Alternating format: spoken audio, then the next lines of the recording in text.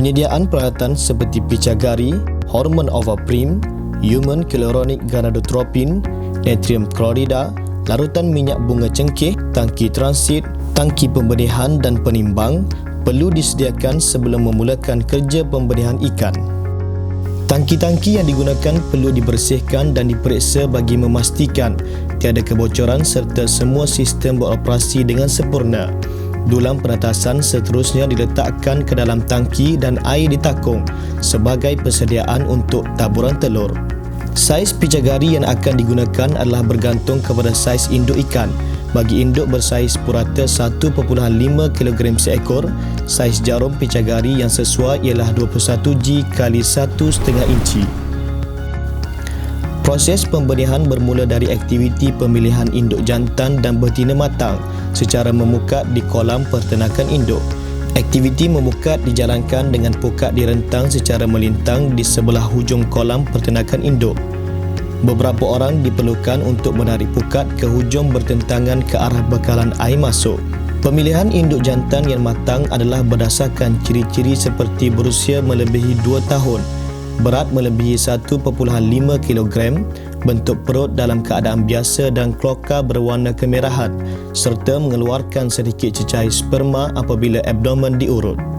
Pemilihan induk betina yang matang pula adalah berdasarkan ciri-ciri berusia melebihi 2 tahun, berat induk betina melebihi 1.5 kg, bentuk perut agak besar dan lembut bila diurut, kloaka membengkak dan berwarna kemerahan serta mengeluarkan telur yang bulat seragam apabila abdomen diurut.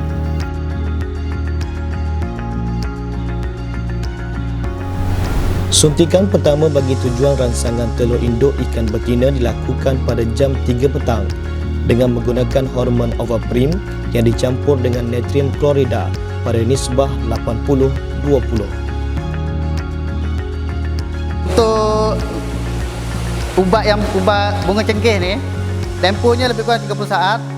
Jangan terlalu lama sebab kita tengok bergantung pada ikan. Kalau ikan tu dah lemah, angkat kita timbang. Kalau bila dia dah betul-betul lemah, kita angkat, kita timbang untuk sukatan dos. Berat ikan 365. Keseluruhan dos 2.88 ml. Untuk overprim 230 ml. Untuk NaCl 0.58 ml. Sama ada sebelum atau selepas kita cucuk, pastikan kita perlu taggingkan ikan ni untuk pastikan cucuk di sebelah malam tak tertukar dosnya.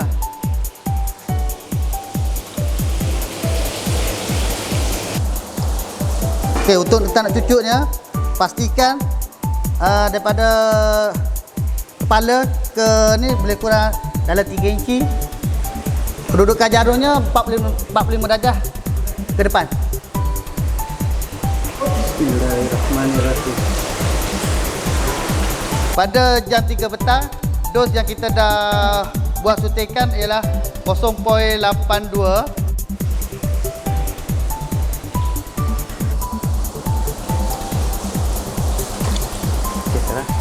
Untuk suntikan petang ni hanya 30%, 70% sebelah malam. Selepas pada kita cucuk, kita akan letak di satu bekas untuk memulihkan dia balik, mengaktifkan dia balik sebelum kita masuk ke tangki rawatan balik. Selepas pada suntikan pertama jam 3 petang, lebih kurang jangka 8 jam ke 9 jam akan ada suntikan kedua. Untuk suntikan kedua dosnya 70%, baki pada 30% suntikan pertama di sebelah petang.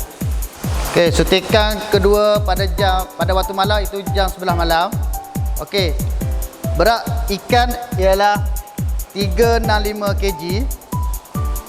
Dos keseluruhan yang kita perlu suntik ialah 288 ml. Pada jam 3 petang, dos yang kita dah buat suntikan ialah 0.82. Untuk malam ni kita akan suntikan kedua iaitu 2.02 ml, iaitu di sebelah kiri. Untuk jarumnya seperti biasa 45 darjah menghadap ke depan. Selepas pada suntikan, kalau boleh gosokkan di tempat suntikan bagi mengelakkan ia bengkak ataupun luka di bahagian dalam. Suntikan tambahan untuk induk betina pada sebelah malam itu jam 11 malam ialah hormon HCG. Okey, untuk suntikan hormon HCG, suntikannya di sebelah kanan sebabnya tadi kita dah buat suntikan di sebelah kiri. Kedudukan jarumnya ataupun kedudukan darjahnya sama, 45 darjah dan ke depan. Hormon yang kita suntik ialah 0.1 ml per ekor.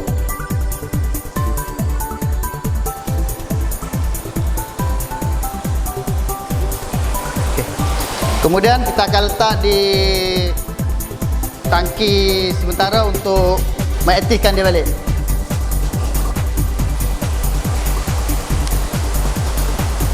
Okey, suntikan untuk induk jantan kita suntik sama seperti induk betina di siri atas, sama ada kanan atau kiri terpulang. Kedudukan jarum 45 darjah dan ke hadapan. Suntikan dosnya 1 ml untuk 1 ekor ikan.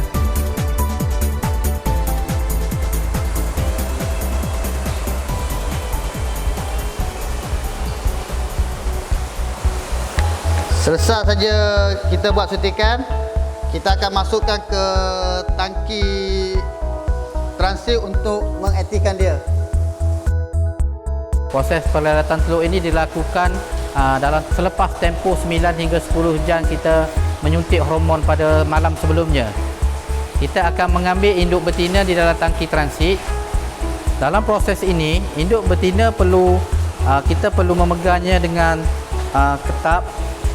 Proses perawatan telur ini dilakukan dengan memicik dan mengurut bahagian abdomennya. Abdomen atau perut induk betina akan dipicik sehingga tiada lagi telur yang keluar. Proses ini diteruskan dengan mengambil seekor atau 2 ekor lagi induk betina.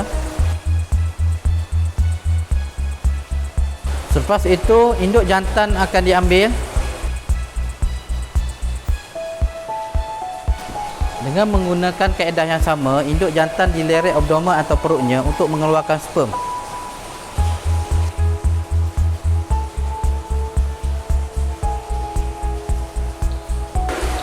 Campuran telur dan sperm tadi akan digaul dengan menggunakan bulu ayam. Dia perlu digaul sehingga sebati. Lepas dipastikan telur dan sperm tersebut sebati, ia ditaburkan di dalam tangki yang mengandungi tray penetasan. Taburan di atas tray ini adalah perlu sekata bagi mengelakkan telur tidak menetas. Telur akan menetas dalam masa antara 24 hingga 36 jam selepas disenyawakan.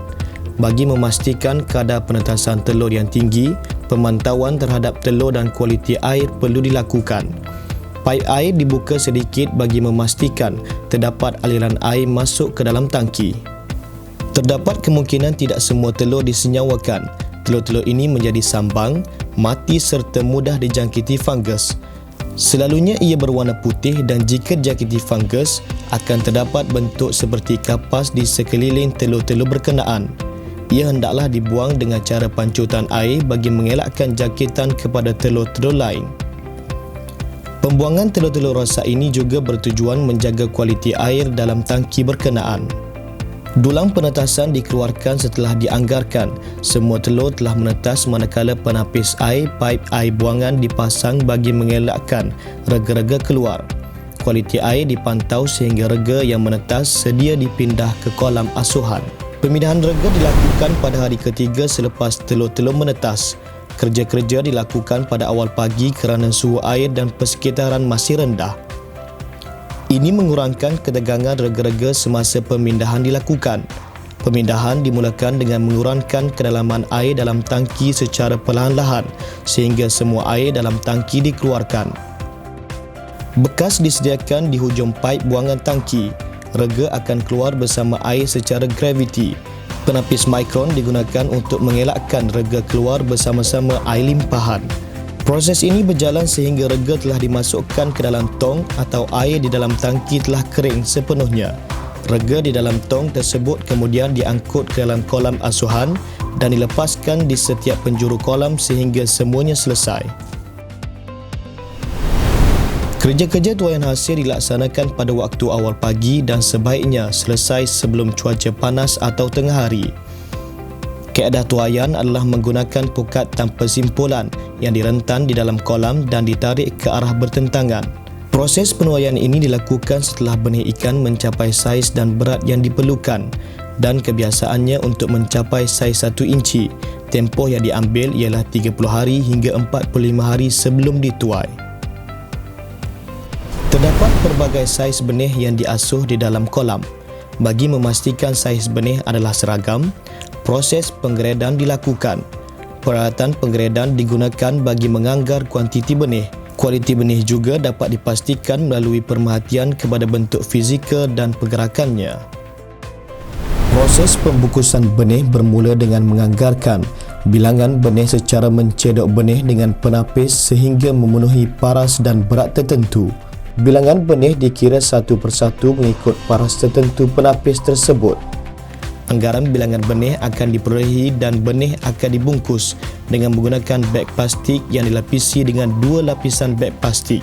Air diisi dalam beg plastik ini dengan nisbah 1/3 daripada tinggi plastik.